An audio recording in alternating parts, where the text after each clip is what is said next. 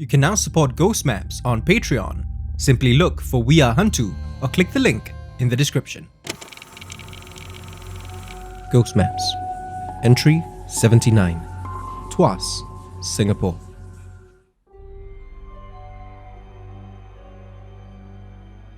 What does a coconut say when it practices martial arts? Lawrence asks, as he takes a seat and orders a kopi from the drink stall auntie at this coffee shop near Raffles Place. I shrug in response, without even trying to guess the punchline. Kaya! He yells, laughing loudly to himself. I try to keep a straight face, but can't help letting out a snicker. Not so much because of the joke itself, and more because Lawrence's cheeriness has always been infectious.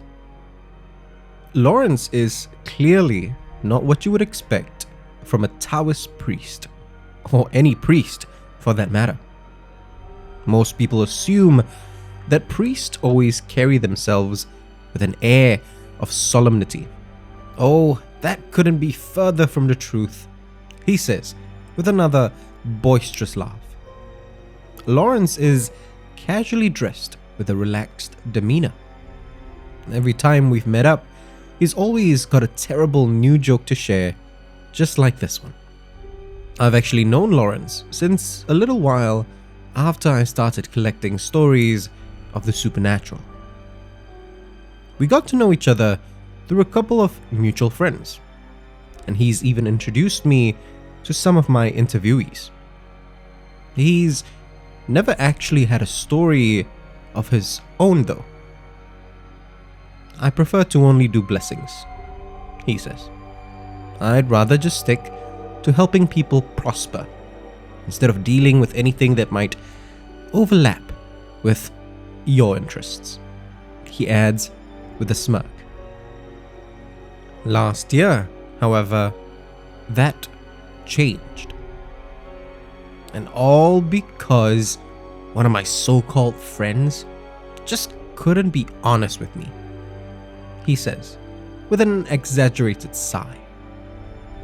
I chuckle a little at his flair for the dramatic, but still, fish my recorder out, switch it on, and ask him to start from the beginning.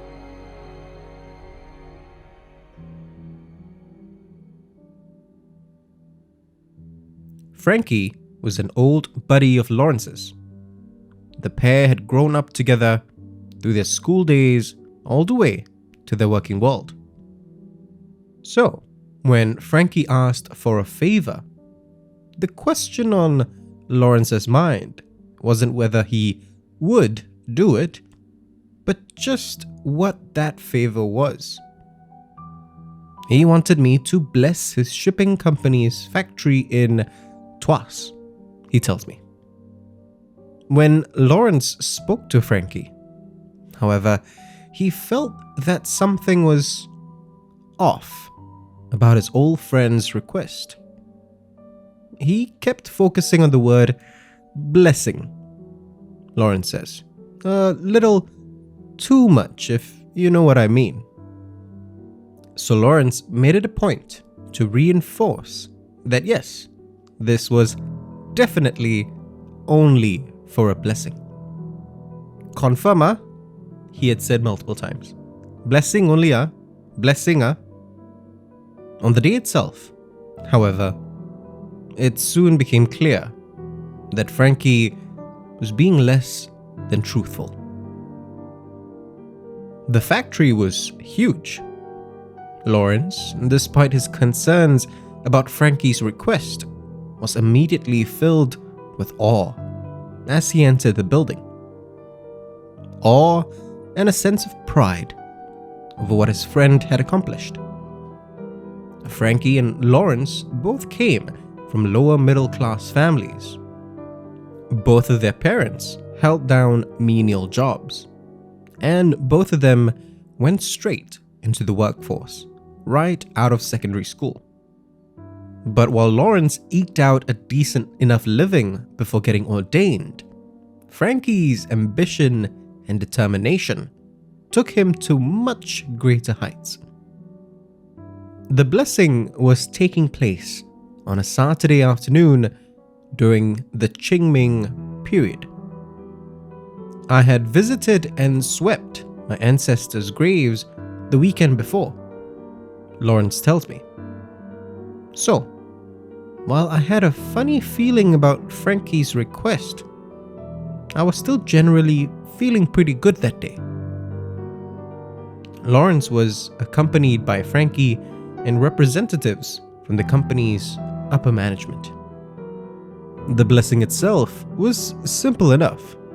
Lawrence would go from room to room with pomegranate leaves to ward off any evil.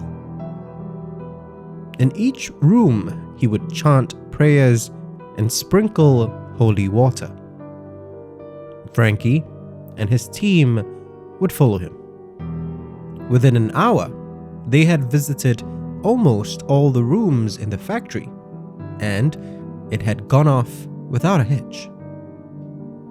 If anything, it even gave Frankie and Lawrence the opportunity to catch up a bit as they moved through the building. Lawrence's earlier worries eventually melted away. But soon, they arrived at one particular room, and the unease came right back with a vengeance. A musky stench, the kind of odor that you'd expect from disuse, hit Lawrence as soon as he opened the door to this room. It was the only empty area in the factory. It didn't have any windows, which made it oddly and ominously dark. As Lawrence stepped in, he noted that unlike with any of the other rooms they had visited, Frankie and his staff didn't follow him. He shrugged it off. Just because a place is creepy, it doesn't mean that there's something to fear, he tells me. He began his blessing and sprinkled some holy water into the darkness of the room, only to have water sprinkled back at him. I wasn't near a wall, and there wasn't a draft or anything, so there's no way that should have happened, he says with a raised eyebrow. As strange as the situation was, however, Lawrence didn't feel like he was in danger. So, he sprinkled the holy water twice more. And twice more, something sprinkled water back at him. Lawrence turned to Frankie, glared at him, and asked again, this time far more sternly. Blessing only, right? Frankie avoided his gaze and only mumbled a weak, yeah. But Lawrence knew better. As he started to leave, however, he heard a voice emanating from within that darkness. The voice seemed to be whispering to him, and him alone. Help me, it pleaded. Lawrence paused for a moment at the entrance to that room and nodded slightly. He then finished blessing the rest of the factory and made his way back home. The following day, Lawrence called Frankie and demanded that he explain himself honestly. He finally relented and told me that a foreign worker had died in that room a couple of months back. Lawrence says, his tone somber for the first time this evening. The company had settled with the worker's family, but Frankie admitted that he could have done more. A lot more. Lawrence yelled at Frankie, chastising him for lying. "One exorcism, just say la!" He spat in disgust.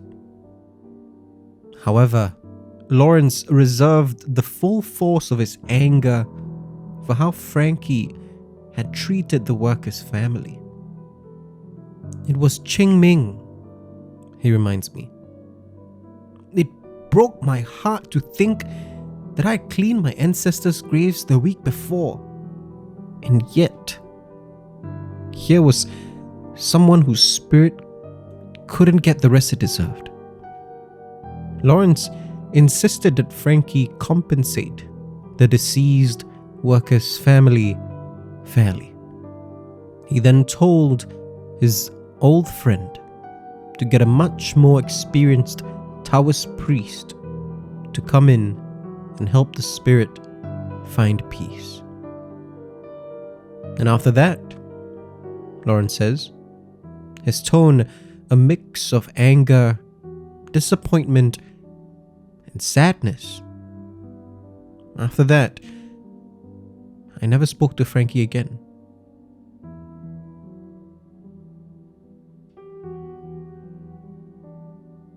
As Lawrence finishes his copy, his mood seems to bounce back a little. When people realize that I'm the funny priest, they always assume that I'll be more tolerant of their terrible behavior, Lawrence says, with another smirk. But hello, I don't care who you are. If you treat others like crap, don't expect me to stand by and just make jokes, huh?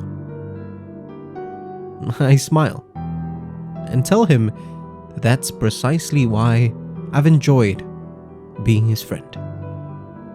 He laughs, pats me on the back, then goes silent for a moment. I can't tell if he's taking the opportunity to appreciate our friendship or mourning the loss of the one he had shared with Frankie. I don't get the chance to find out, because suddenly his eyes widen in glee. Hey, that reminds me of another joke I heard. He says, already chuckling to himself. If you want to discover more of Southeast Asia's other side, subscribe now and follow us on social media. You can also be one of our supporters on Patreon. Look for We Are HANTU or click the links in the description. Ghost Maps is a HANTU production, created by Kyle Ong and Wayne Ray, with art direction by Jolene Lim, and recorded on Audio Technica mics.